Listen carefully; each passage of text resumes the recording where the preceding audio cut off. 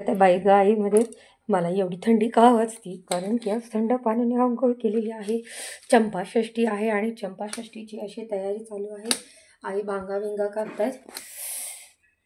म्हणजे आज बनवणार म्हणजे जशी संक्रांतला भाजी बनवतात तशी भाजी आपण चंपाषष्ठीच्या दिवशी बनवतो. ॲक्च्युली श्रावण महिन्यामध्ये जे वांगे बटाटे खाण्याचा त्याग होतो की त्याच्यामध्ये कीड सगळ्यात जास्त लागते, ती परत चंपाषष्ठीलाच सुरू करतात. आमच्या इकडे तर असं आहे की ज्यावेळेस श्रावण महिना सुरू होतो त्यावेळेस वांगा बटाटा हे सगळं खायचं सोडतात. तर चंपाषष्ठीला वांगा आणि कांदा, बटाटा नाही आई म्हणतात कांदा पाऊ काय गाजर हे जेव्हा श्रावण महिन्यामध्ये खायचं बंद करतात ते चंपाषष्ठीच्या दिवशी अशीच भाजी बनवून पूर्ण करतात. ॲक्च्युली ही सगळी जी भाजी आहे ही कुठे केव्हा बनते आपल्या इकडे की ज्यावेळेस मकर संक्रांत असेल त्यावेळेस बनते. हा ना गोला गंडोला माझं उठलं. आपण पटापट नैवेद्य बनवणार आणि आपल्याला स्कूलसाठी पण जायचं. तयार आहे. तर आपण ह्या वांग्यांचं काय करणार आहे, बांगाला आपण टाकणार चुलीमध्ये, कारण की आज भरीत बनवावं लागतं वांग्याचं नैवेद्याला. आणि हे आम्ही टाकणार आहे चुलीमध्ये डायरेक्टली असं जाणार आहे.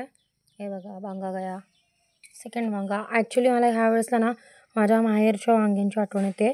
असेच वांगे असतात, कवळे असतात, असेच वांगे असतात पण एवढी मोठी अप्रॉक्सिमेटली त्यांची साईज असते आणि खूप सुंदर लागतात. त्या स्पेसिफिक खानदेशचे भरताचे वांगे असतात. ही कुठे टाकू, इसको जगा नाही आहे. चला अंदर.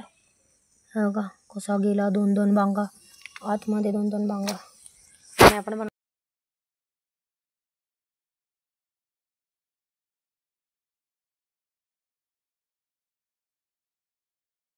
मित्रांनो ही अशी आपली तळी आहे. याच्यामध्ये भाकरी आहे, तळण आहे, भात आहे, मिक्स आमटी आहे, भरीत आहे आणि कांद्याची पात ही आपल्याला ठेवावी लागते मानाची.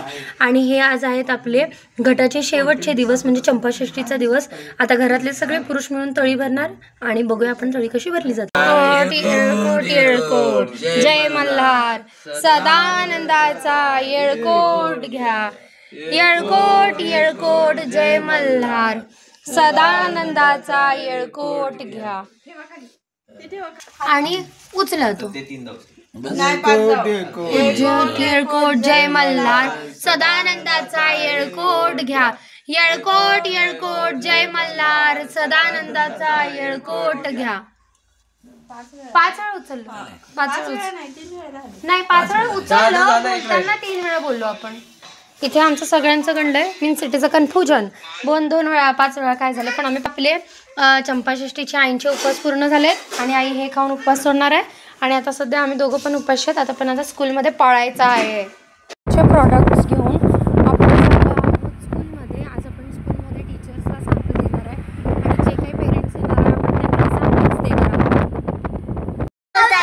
माझं शिकवलेलं आवडतं तुम्हाला? मजा येते? म्हणजे तुम्ही रोज स्टोरी ऐकणार? मग मी रोज स्टोरी सांगू?